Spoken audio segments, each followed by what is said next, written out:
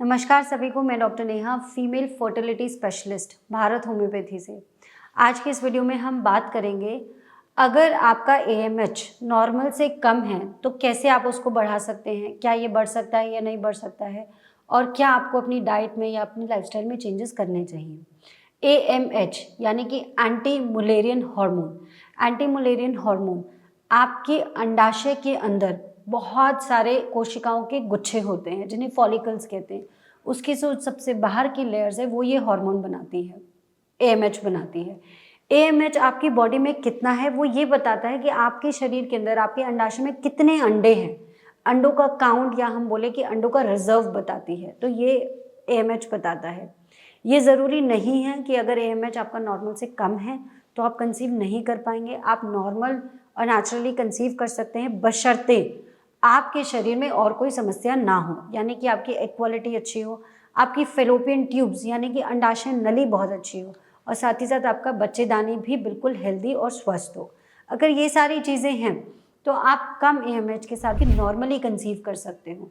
वहीं पे अगर AMH नॉर्मल से ज़्यादा है तो भी ऐसा नहीं है कि अंडे बहुत ज़्यादा हैं तो ये बहुत अच्छी चीज़ है और आप तो चांसेस बहुत ज़्यादा है कंसेप्शन के।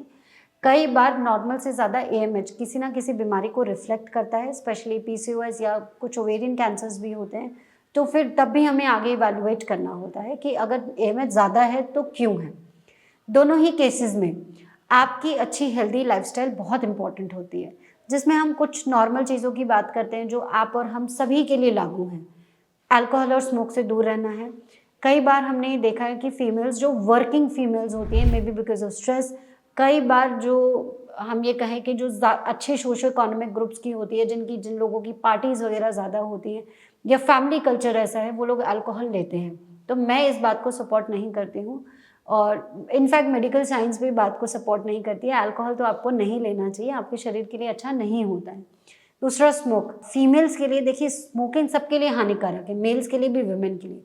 बट जब बात महिलाओं की आती है तो स्मोकिंग करना आपके सेहत के लिए और ज़्यादा नुकसानदायक होता है, क्योंकि इससे आपके रिप्रोडक्टिव ऑर्गन्स यानी यूट्रस, फेलोपियन ट्यूब्स, इन सब की सेहत अंदर से खराब होती है। अब तीसरी चीज़ की अगर हम बात करें कि आपको बहुत ज़्यादा जंक फूड, फैट, फ्राइड, तली भुनी चीज़ें नहीं खाना चाहिए, ये भी आम बात है।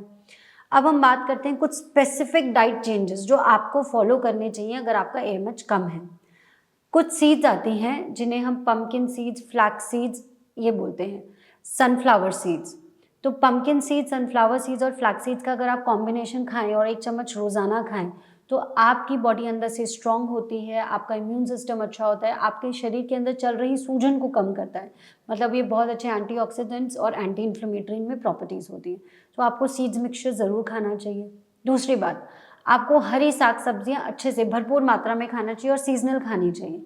जो आप, जैसे अभी सर्दियों का मौसम है, इस समय कैरेट यानी कि गाजर, चुकंदर, पालक, ये सब बहुत मिलता है मार्केट में, तो आप रोज़ाना इसका सेवन करिए, आपके शरीर के लिए बहुत फ़ायदेमंद होगा। साथ ही साथ अपने शरीर में प्रोटीन की मात्रा अच्छे से रखिए। हमारी इंडियन डाइट में यूजुअली प्रोटीन की मात्रा कम से कम होती है, और स्पेशली अगर आप वेजिटेरियन हैं तो लोगों को लगता है कि वेजिटेरियन में तो प्रोटीन सोर्सेज नहीं हैं, पर ये ज़रूरी नहीं है।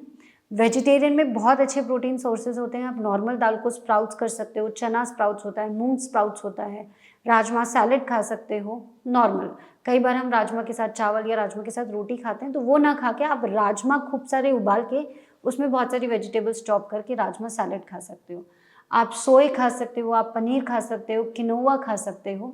तो इन सब चीज़ों में प्रोटीन की मात्रा अधिक होती है, तो इससे आपकी बॉडी में प्रोटीन डेफिशिएंसी अगर है तो वो पूरी होगी, और नहीं भी है तो आपके बॉडी अंदर इंटरनली स्ट्रांग होगी। और आखिरी बट सबसे इम्पॉर्टेंट चीज़, मोटापा अगर है तो उसको तुरंत घटाने के बारे में सोचिए। पहले सोचना, पहले ये महसूस करना कि मोटापा है, इसको कम करना है, पहले एक्सेप्ट करना है उस बात को कि मोटापा है, उसको कम करना है, तभी आप दूसरा स्टेप ले पाएंगे।